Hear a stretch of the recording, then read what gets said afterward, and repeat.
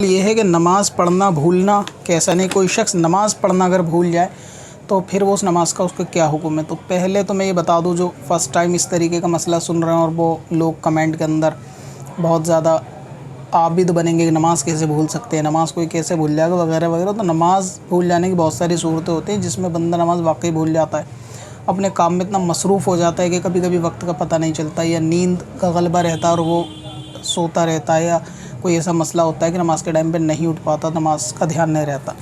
تو نماز اگر بندہ بھول جائے تو جس وقت اس کو یاد آئے, اگر واقعی وہ بھول گیا اور ساری احتیاط اس کو تھی, یعنی یہ کہ وقت پہ سو گیا, فجر میں اٹھ نہیں پایا, الارم لگایا, سب کچھ ہوا, تو ایسے شخص کے لیے قضا کا گناہ نہیں ہوگا. اگر وہ نماز بھولا ہے جان بوجھ کے, مطلب کسی کام میں مصروفیت کی وجہ سے, تو بھی وہ شخص جب یاد آئے اس کو نماز پڑھ لے, بس مکروہ وقت کا خیال رکھے تو اس کو انشاءاللہ قضا کا گناہ نہیں ہوگا. جس وقت اس کو یاد آیا وہی اس کی نماز کا وقت. اب اپنی قضا عمری نمازوں کا حساب لگانا ہوا اور بھی آسان. وزٹ کریں qazakalculator.smswarsi.com پر اور اس کیلکولیٹر سے اپنی تمام قضا نمازوں کا حساب منٹوں میں کریں اور ڈاؤن لوڈ بھی کریں.